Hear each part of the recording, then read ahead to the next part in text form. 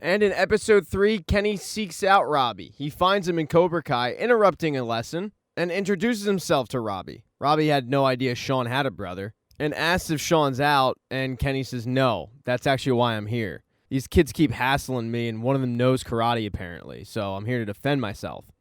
Robbie vouches for Kenny just based on Sean, and Kreese says, you're going to have to prove you're worthy of Cobra Kai. And Kenny fails that test. He's matched up against Kyler, and every time Kyler runs at him, Kenny just runs away. Just like in grade school, everybody's laughing at Kenny. Kreese tells Kenny, we don't have time for losers or cowards. And Kenny just goes home. Kenny, though, forgets his book bag, and Robbie grabs it. Kenny's mom wrote his address on one of the book bag straps, so it's not hard for Robbie to find out where he lives. He goes to deliver the book bag, and then Robbie asks about the situation with Sean. Kenny, though, blames himself because Kenny had caught one of Sean's friends stealing from their parents, and he was about to tell on him. The kids started hassling Kenny, and Sean beat the crap out of him. Went a little bit too far, though, and it got Sean in juvie. The fact that Sean was just sticking up for his brother is the whole reason why he's not at home, and Kenny lives with that. Kenny tells Robbie, with him gone, I've got no one. And Robbie explains that with the All Valley coming up, he just doesn't have the time. But when Kenny's phone dings, he looks down and sees a video of kids making fun of him again. Robbie demands to see the phone, and it's a video of kids who put a bunch of milk in his locker. So Robbie knows this kid really needs him. He decides to go in the backyard and show him a few moves. Problem is, the kid is terrified. Anytime somebody goes at him, he just backs up. He says to Robbie, all I can do is run. So Robbie says, let's use that to your advantage. But instead of running away, run at your opponent.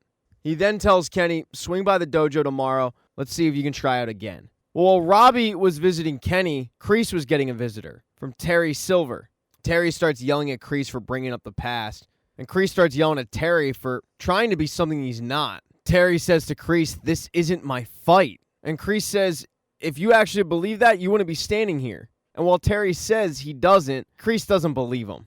He says to Terry, there's still time to finish what we started. And when Terry goes home that night, he thinks about the past, thinks about his relationship with Kreese, thinks about the good times. And that's when he puts his hair back in the ponytail. Terrence Silver is back to being Terry Silver. The next day, Kenny does, in fact, stop by the dojo. Robbie is able to convince Kreese to give him one more shot, and it's just like the last time. Kyler runs at him, he runs away. But he thinks about what Robbie said. He ends up sucker punching Kyler. And that aggression ends up getting him a spot on Cobra Kai. And then finally, over with Miyagi-Do Eagle Fang Karate. Ever since seeing how the other half lives, Johnny and Daniel have been getting along really well. So much so that Johnny, Carmen, and Miguel head over to have dinner with Daniel, Amanda, and Sam. At first, they start talking about Sam's future going to college, and then it segues into Miguel. Miguel's grades are great, and he says how he wants to go to Stanford, but Carmen points out that Stanford is really expensive, and a place like Santa Monica College would be more affordable. And Miguel kind of gets a little bit embarrassed about the fact that his mom admitted money might keep him from Stanford, not the grades. The next day, the lesson is switched. Since it works so well for the senseis, they're going to try it with the students. Miyagi-Do kids are going to go with Johnny. Eagle Fang kids are going to go with Daniel. And Daniel has the Eagle Fang kids try to catch koi with their bare hands. It's a lesson in patience, and they fail miserably. After practice, Miguel gets a phone call from his mom that he's not going to be able to get picked up because they're having car trouble. Daniel overhears the conversation and tells him, bring in the car to my place. I'll fix it for you. He takes a look at it and realizes it just needs a new serpentine belt. But he's going to make Miguel fix it. Miguel doesn't know anything about cars, but Daniel says neither did I at your age. But I learned. And look at me now. I've got billboards. Maybe one day you'll have a billboard. Miguel tells him, I don't know if they make billboards for people that go to community college. And that's when Daniel reveals that he didn't even go to college. He explains how his mother had saved up money for him to go, but he blew it on a trip to Japan. He then took the rest of the money and bought a failed bonsai business. He says to Miguel, your path is still being written, and you have a good head on your shoulders, so I know you can do it.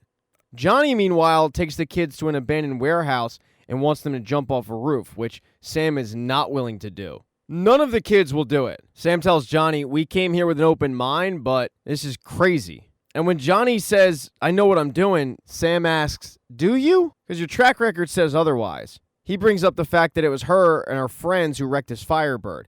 And it was her who showed up at his door drunk, hiding from her dad. She gets super defensive and yells, "Yeah, well, I'm a stupid teenager making mistakes. You're a 50-something-year-old man who lives alone, drinks all day, and clearly hasn't figured out his own life." And Johnny says, "I figured out one thing for sure. If I did everything my parents wanted me to do, I'd be wearing a suit and tie and just waiting for the clock to hit 5. Now I get to do what I love every day. So if you want to sit in the back seat your entire life, like you were in that car when you wrecked my Firebird, then go ahead." It gets time to go for the day, and Johnny just looks at Sam and says, "Well, I guess you got what you wanted, right?" And that's when Sam decides to get out behind the back seat. She runs full speed off that rooftop and on to the building below, and everybody jumps up in excitement. This move by Sam inspires Johnny, and that night he decides that he himself will get from behind the back seat. He goes and knocks on Carmen's door. He says, "I know you want to take things slow," and she cuts him off and says, "Maybe we should talk about this later." But Johnny's not waiting till later. He's doing it right then and there. And then he sees why she wanted to wait till later. In the apartment is her mother, and her mother's friends. Johnny, though, not deterred. He says to Carmen, "I don't care. I'm not afraid to take the leap with you. There's a lot to figure out, but let's figure it out together." Carmen agrees, and now it looks like they're dating. The next day, the lessons between Miyagi-Do and Eagle Fang continue with the other sensei. Miguel is actually able to catch a koi with his bare hand. He's pumped. Because of this, Daniel gives him a headband. Look, there's probably a technical name for this that I'm screwing up and everybody will rip me for, but to just some Joe Schmo, it looks like a bandana. But Johnny shows up and sees this quasi-ceremony. He's not too happy. Thank you so much for checking out this recap. Please consider subscribing to the channel. Hit thumbs up if you liked it. Smash that thumbs down button if you thought this sucked. Make sure to be nice in the comment section. If you don't see the next video up in the end screen there, I'll get it up in a few days, not to worry. And I have merchandise, so go buy a mug or something. It's never too early to think about Christmas gifts, folks. Once again, thank you for checking out this recap.